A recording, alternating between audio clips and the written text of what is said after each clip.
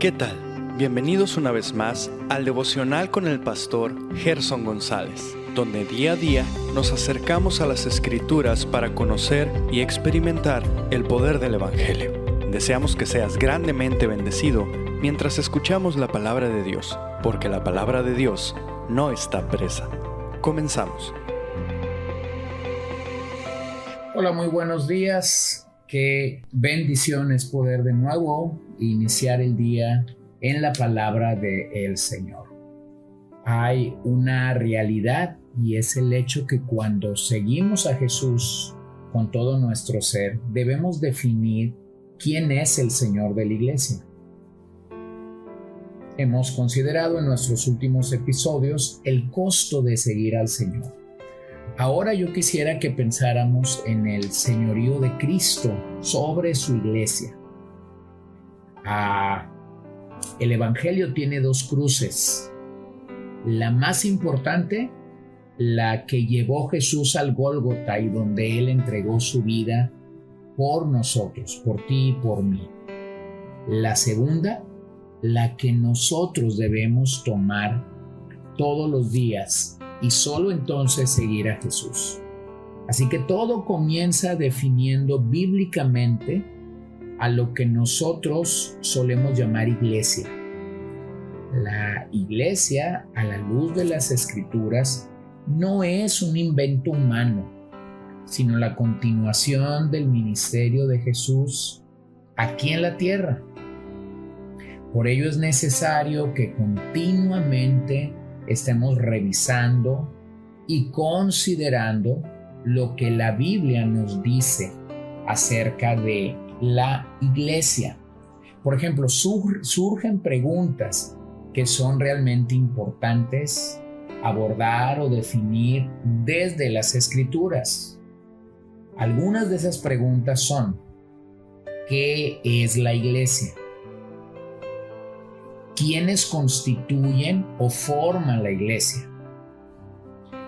¿Cómo debe funcionar una congregación? ¿O a qué se parece la iglesia hoy?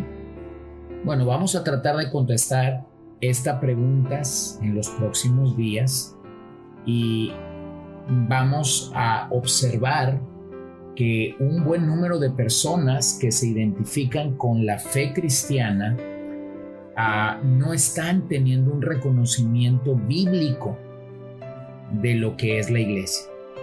El día de hoy hay muchas asociaciones y grupos que se definen como cristianos, pero donde realmente la Biblia no está gobernando y no está determinando sus conductas, comportamientos, liderazgo, la manera como están compartiendo la fe. Así que yo voy a empezar en un pasaje de Ezequiel 8:16, donde el profeta está hablando de la condición de la iglesia apóstata, una iglesia que ha negado la obra de Cristo, una iglesia que está en ausencia de la obra de Cristo sobre ellos. Y me llevó al atrio de adentro de la casa de Jehová, y he aquí junto a la entrada del templo de Jehová, entre la entrada y el altar, como 25 varones, sus espaldas vueltas al templo de Jehová, y sus rostros hacia el oriente, y adoraban al sol, postrándose hacia el oriente. La palabra griega para iglesia es la palabra eclesia, que significa los llamados a salir afuera. La pregunta es: ¿de dónde van a salir? Bueno, van a salir de la influencia del mundo. En el pasaje que hemos leído, observa cómo dice Ezequiel: sus espaldas vueltas al templo de Jehová y sus rostros hacia el oriente, y adoraban al sol postrándose hacia el oriente. Bueno, observa que estos aparentemente están dentro de la casa de Jehová, pero realmente la influencia del mundo está fuerte sobre ellos. Pero la verdadera iglesia es aquella que ha dejado atrás esa influencia y está siguiendo solo al Señor. La Biblia nos registra, por lo menos en el Nuevo Testamento, 22 expresiones de iglesias locales distintas, diferentes. Algunas de ellas recibieron cartas de los apóstoles que todavía son una gran bendición para nosotros, como la iglesia de Éfeso, Tesalónica, Creta, Roma, Corinto, Colosas, Galacia, Jerusalén, Antioquía, Filipos. Ninguna de estas iglesias locales es idéntica, pero podemos aprender muchos de los principios espirituales que ellas utilizaron. Lo que el Nuevo Testamento nos registra es dónde surgió. Lo que unifica a estas iglesias es dónde surgió la vida de la iglesia. Así que la iglesia del siglo XXI debe mucho a estas iglesias locales del primer siglo. De hecho, tenemos mucho que aprender de la iglesia del primer siglo. Pero sobre todas las cosas, debemos recuperar totalmente lo que produjo la vida de Dios entre ellos. Mira cómo Efesios 3:10 nos ayuda. Para que la multiforme sabiduría de Dios sea ahora dada a conocer por medio de la iglesia a los principados y potestades en los lugares celestiales. Así que yo quisiera mencionar que lo primero que la iglesia del siglo XXI debe recuperar, si nos vamos a parecer a la iglesia del siglo I, debemos recuperar quién es el enfoque de todo en la iglesia. Debemos poner la mirada de vuelta en Jesús. Jesús fue el centro, la circunferencia, el que marcaba la pauta, el que dirigía los eventos, la verdadera y única guía de toda la iglesia reunida solo en el nombre de Jesús. Jesús era el rey de todo lo que sucedía en la iglesia que el Nuevo Testamento nos relata. Ahora, lo que yo debo entender es que Él no ha cambiado de opinión. Él sigue siendo el Señor y el gobernador de su iglesia. Él quiere ser verdaderamente el día de hoy el rey de la iglesia.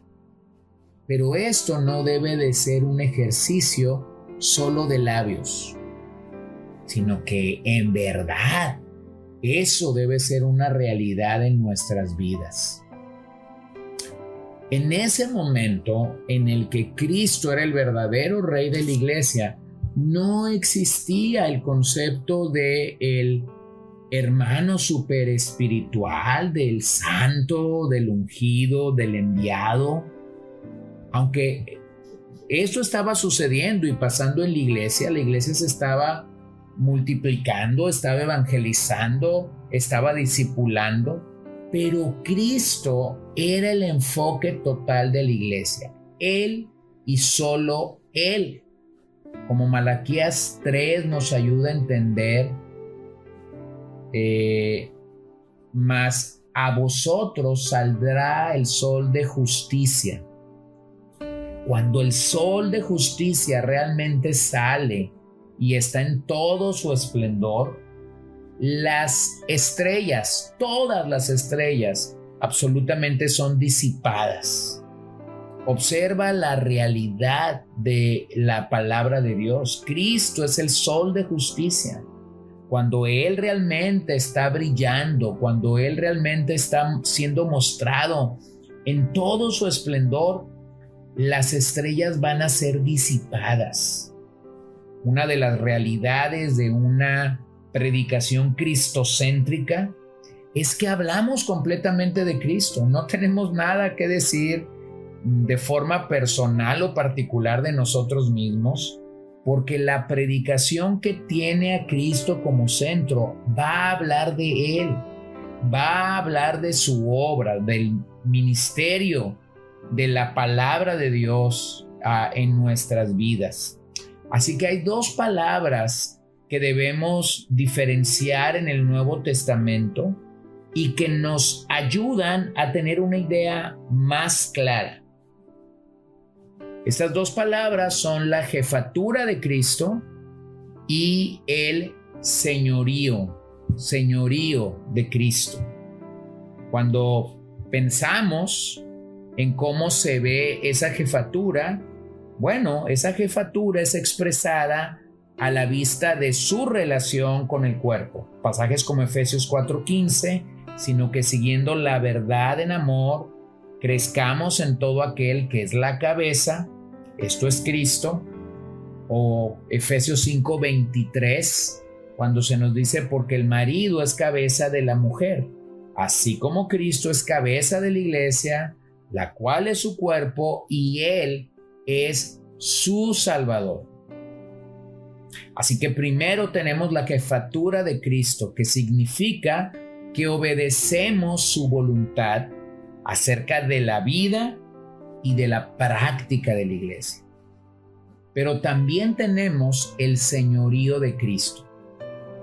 Ese señorío es expresado en su relación con individuos.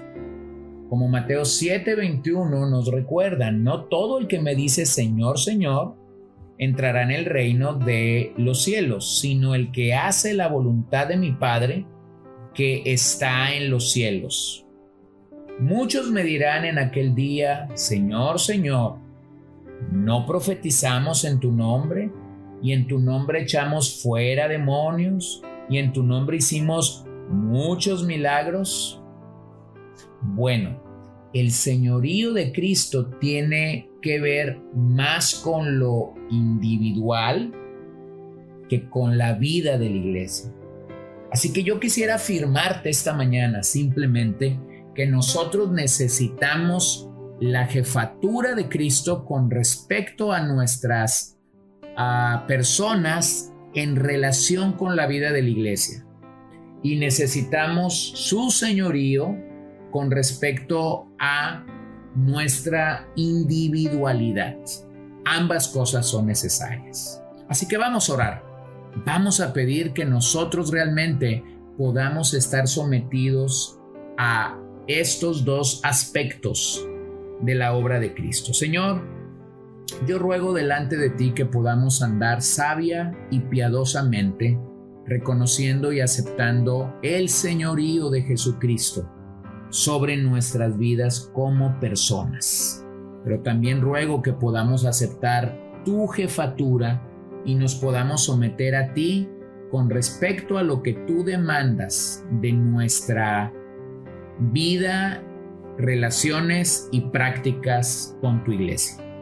Pido esto en el nombre de Jesús, y pido que si alguien que está oyendo este audio no tiene a Cristo como el Señor de sus vidas, pueda venir a ti. La intención de nuestro corazón siempre es predicar a Cristo en todo su esplendor y en toda su gloria, para que más personas puedan reconocer que somos pecadores y que necesitamos la obra salvífica de nuestro Rey y Señor Jesucristo. Bendice el día que hoy iniciamos, en tu nombre oramos. Amén. Gracias por acompañarnos el día de hoy.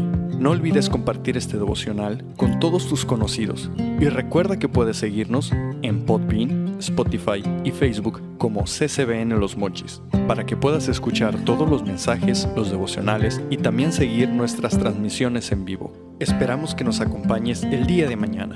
Que el Señor te bendiga.